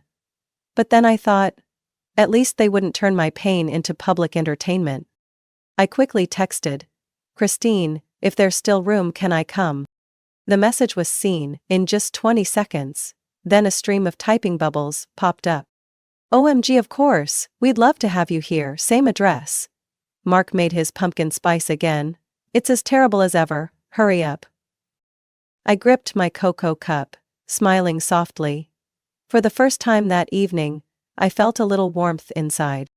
Christine's apartment hadn't changed.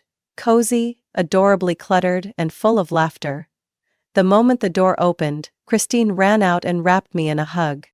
"Beth, oh my gosh, look at you! You're soaked, get in here," she said, pulling me into the lively living room. "Everyone, look who's here." "Elizabeth Harding, the legendary pharmacist," Mark shouted, raising his wineglass. "The great keeper of Pharmacology 3, Julia chimed in, making everyone burst into laughter. I laughed along, a bit shy but surprisingly light-hearted. No one asked why I was late. No one pried. Just genuine welcome. No conditions.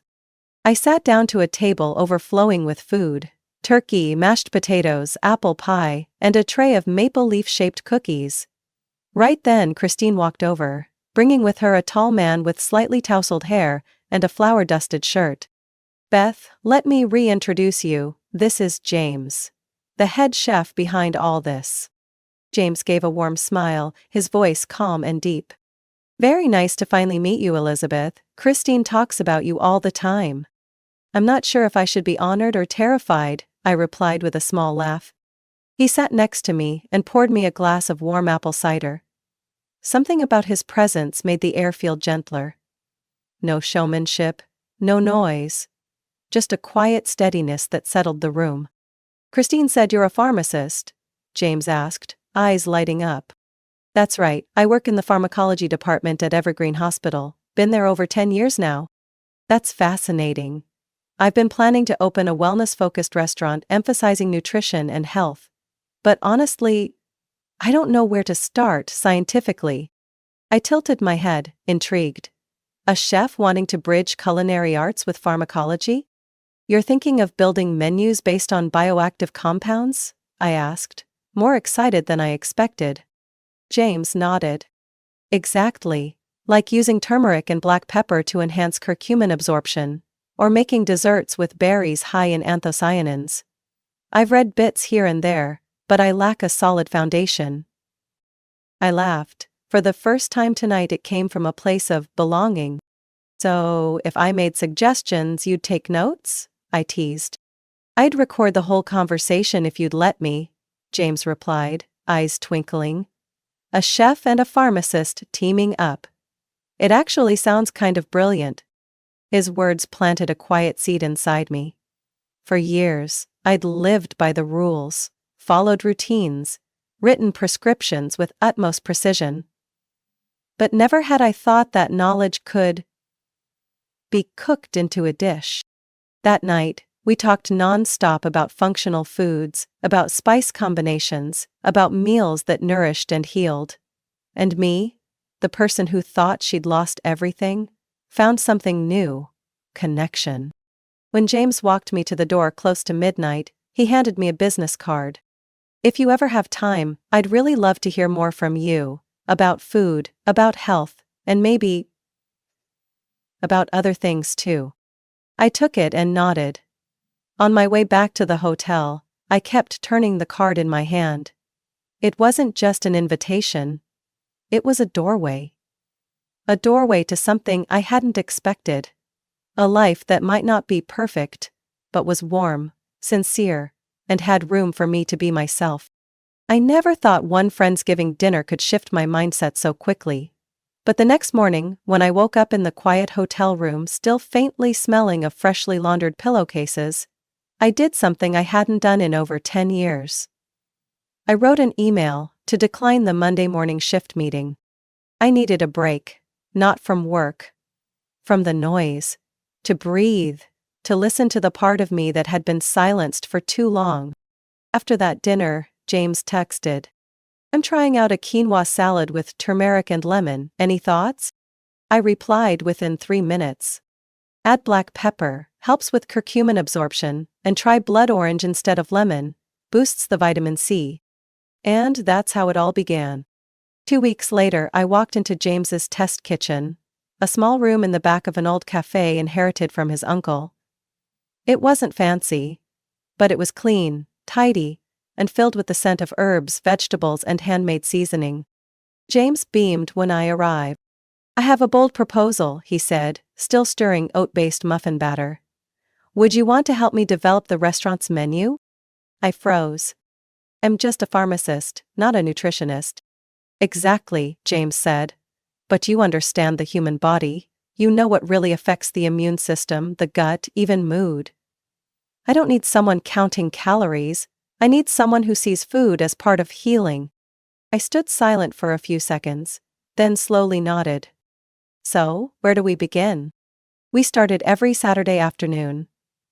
I still worked 3 days a week at the hospital, but the rest of my time I spent in James's kitchen. There, we studied spices, measured fiber and antioxidants, and tested flavors using biological principles. We tried carrot ginger juice, then added turmeric and flaxseed. We made sugar-free walnut muffins, still low glycemic. I wrote everything by hand with the same precision I used for pharmacology syllabi. One evening, James made an unexpected suggestion. "Elizabeth, why don't you start a blog? Document everything we're doing. This blend of pharmacology and culinary art? I haven't seen anyone else do that." I shook my head immediately. "I'm not used to being online. I don't know how to boost engagement like people say." "You don't need to boost engagement, you just need to speak the truth. There are so many people out there who need the knowledge you have." That sentence left me quiet for a long while. That night, I opened my laptop and typed the first words. "Pharmafood, where a pharmacist tells kitchen stories." My first article was about turmeric, about curcumin, about how this compound only becomes effective when combined with fat or piperine from black pepper. I included a recipe for a mango turmeric almond milk smoothie and a short note. "I'm not a culinary expert, I'm a pharmacist. But I believe this: food isn't just fuel, it's medicine. If used properly." I didn't promote it. Didn't post on social media. I simply sent the link to Christine. 3 days later she messaged me.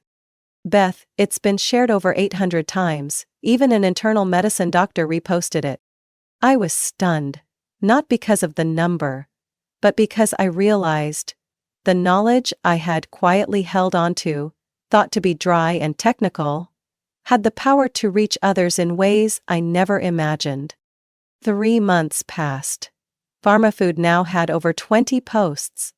Topics like ginger and its effect on dopamine, omega-3 and mild depression, anti-inflammatory foods, the story of onions and bell peppers, were being widely shared. The people messaging me weren't influencers. They were moms with kids allergic to dairy, seniors managing diabetes, nurses from other states asking for my anti-inflammatory oatmeal recipe. James was getting busier with plans for the restaurant, but every time he had a moment, he'd ask, "Where's your latest article? I always change up my meals after reading them." One day he joked, "You should add a section on your blog called Pharmacist Scolds the Chef. Bet it'd go viral." I laughed, but deep down I knew I was entering a new life. Not completely different, but for the first time I felt seen. Not for my job title, but for my true value. One Friday night, after finishing an article called "The Truth About Sugar and Substitutes," I received an email from a geriatric doctor. The subject line read, "Thank you for helping me save a patient." The content described a clinical case. A senior patient with lactose intolerance and early-stage kidney disease. The doctor had used my creamy-free kale and cauliflower soup recipe to develop a treatment meal plan. The result? Significantly reduced constipation and better nutrient absorption. I read that email over and over again, and cried. Not out of pride, but because I realized I was no longer just the person handing out prescriptions in the hospital pharmacy. I was healing in an entirely new way. I can't remember exactly when James's gaze started to make me feel flustered. Maybe it was when he winced at my first barley noodles, overly seasoned with basil, yet still picked them up and ate like it was the best meal in the world. Or when he printed out my blog article, The Anti-Inflammatory Properties of Fresh Ginger, and taped it to the test kitchen door with a handwritten note. Official guidelines from Boss Harding. We worked together almost every evening. At first it was just food. Then came stories about childhood, failure, and the fears we never dared say aloud. While he kneaded oat muffin dough, I told him about being isolated in college for being too serious. While I simmered honey and jujube, he spoke of a father who believed cooking is a job for women. Neither of us tried to turn the relationship into something else. It just grew. Like a seedling breaking through what once seemed barren soil. One late evening, while we were refining the description for the Healthy Immunity Bowl, a salad with arugula, chia seeds, black beans, and turmeric orange dressing, James set his pen down and turned to me. "I want you to officially become co-manager of the restaurant." I looked up, stunned. "James, I don't have business experience. I'm a pharmacist. I just write a blog and help test recipes." "No," he interrupted. "You're the heart of the menu. You're the reason this restaurant is more than just tasty, it has purpose." I looked into his eyes. Direct. Warm. Nothing showy. And for the first time in years, I lowered my guard. "If I say yes, I won't be doing it just for the science," I said, voice soft but steady. He smiled. A slow smile, but one that carried a long-awaited answer. "Good, because I'm not asking just for the menu either." Healthy Delight opened on a chilly Saturday morning in early March. No flashy signs, no big marketing campaign. Just an open space, light-toned wood, large windows for sunlight, and small handwritten boards describing each dish's benefits. In the right-hand corner there was a small bookshelf, where I displayed printed versions of pharma food posts. One elderly lady came in 3 days in a row just to read the article Food and Cortisol. We didn't expect the crowd that came in during the first week. Christine brought her entire yoga group. A physician from my old hospital showed up with a team of nurses to try this spicy, Middle Eastern quinoa. James worked in the kitchen and I handled the front, explaining ingredients, the anti-inflammatory effects of black garlic, or how lentils help stabilize blood sugar. For the first time, I saw medical knowledge not locked behind a hospital door. It was alive, approachable, and immediately helpful. 3 months later, a reporter from Seattle Local Life came in for a meal. A week after that, we were on the front page of their Innovative Businesses of the Year section. Healthy Delight, where the menu is crafted by a chef and a pharmacist. The article highlighted the surprising fusion of culinary arts and pharmacology, emphasizing our unique view of food, not just as a calorie source, but as a tool for disease prevention.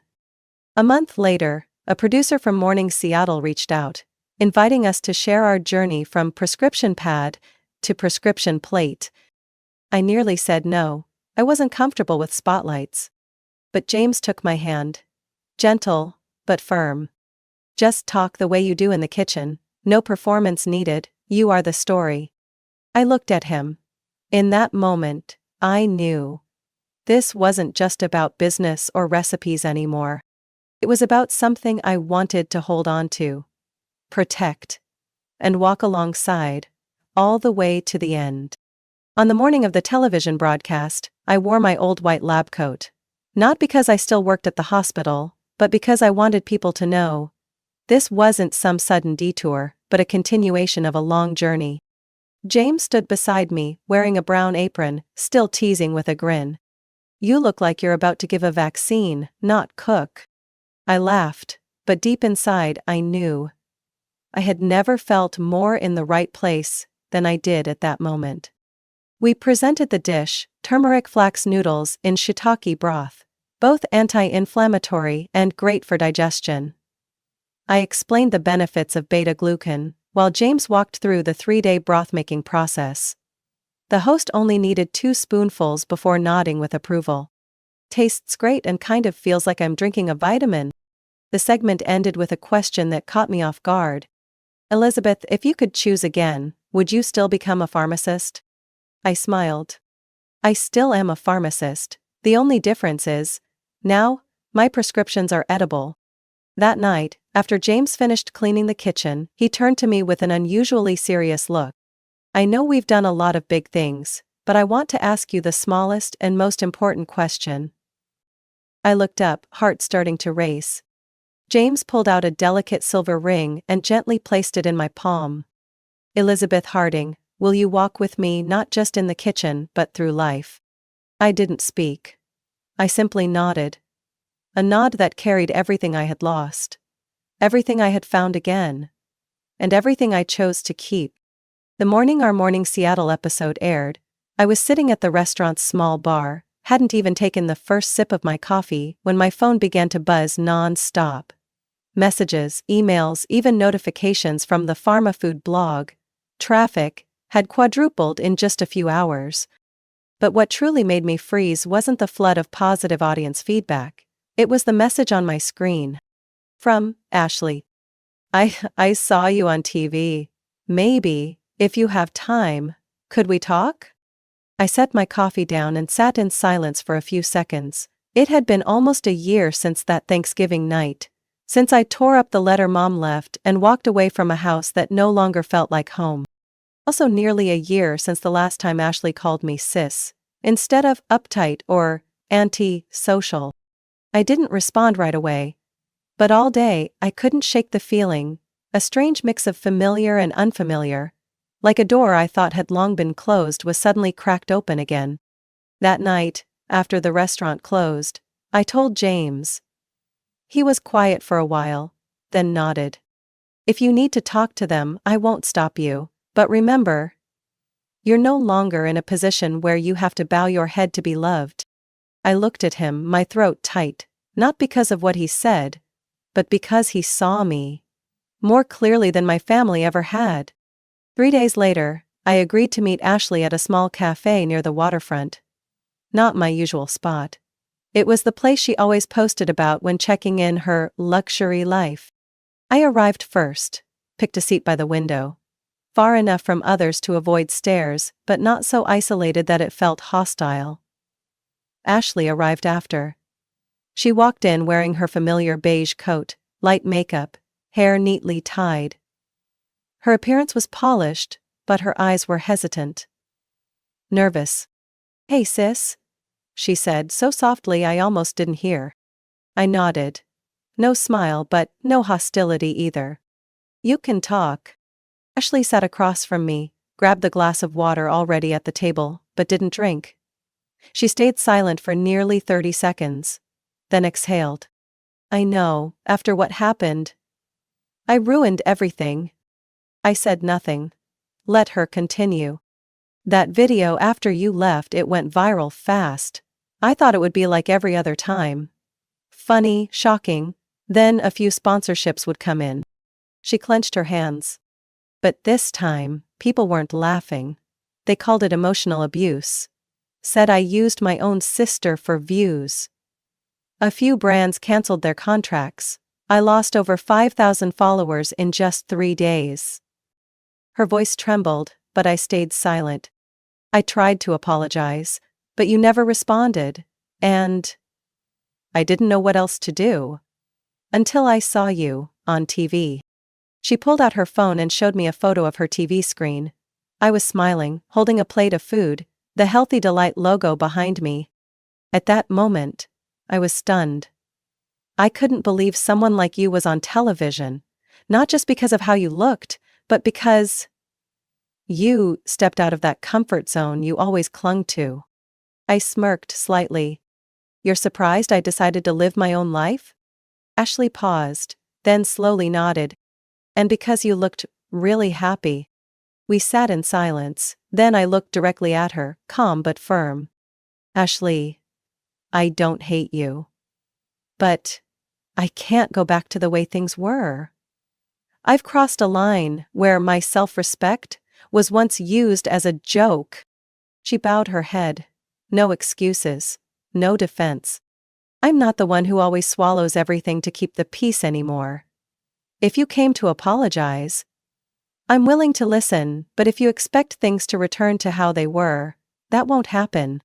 My voice stayed gentle, but each word cut clean like a blade scraping away old varnish. Ashley pressed her lips together.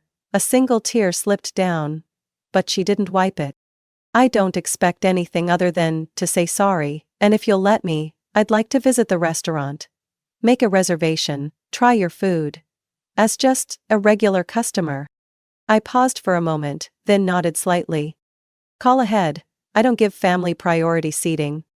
She let out a quiet laugh through her tears and nodded. "Fair enough." When I got home, James was brewing tea. Seeing me enter, he asked only one question. "You okay?" I nodded, leaning into his chest. I didn't get angry, I wasn't weak, I just was myself. James wrapped his arms around me, whispering, "That version of you is already the best one." On the second Thanksgiving morning since that fateful night, I woke to sunlight spilling through the second-floor windows of the restaurant. No more cold emptiness, no lingering disappointment. Just a new day. Starting with the sound of water boiling and the scent of cinnamon tea James was steeping in the kitchen. I came downstairs, still wrapped in a dark wool sweater, the silver ring on my finger catching the light. He looked up and smiled. "My new boss is awake." "I only agreed to marry you if the restaurant turned a profit," I replied, half joking. James chuckled, pressing a soft kiss to my forehead, like a morning ritual we'd never skip. Today, Healthy Delight opened with a special service, accepting only 5 pre-booked tables for a limited Thanksgiving menu. I had spent the entire week developing the recipes: herb-marinated roast turkey, whole wheat berry salad with dried apricots and walnuts, carrot ginger turmeric soup, and a no-sugar pumpkin pie for diabetic guests. Among the reservations, one table made me feel both anxious and calm: my mother, Donna, and Ashley. At 11:50, the restaurant doorbell rang. I stood behind the hostess stand, adjusting my collar.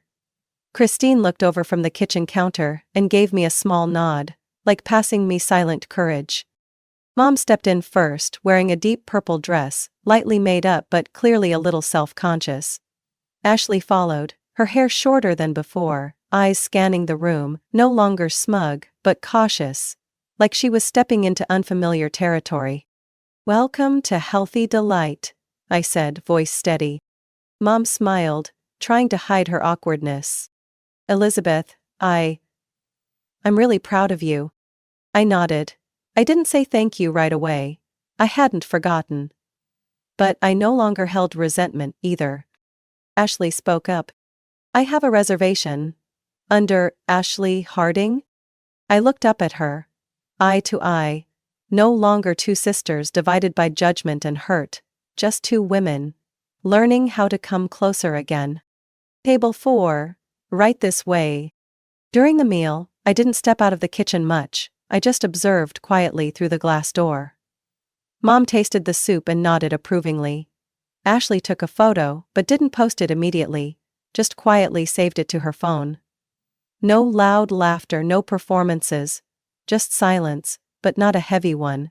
The kind of silence shared by people trying to repair things without words. At the end of the meal, I stepped out.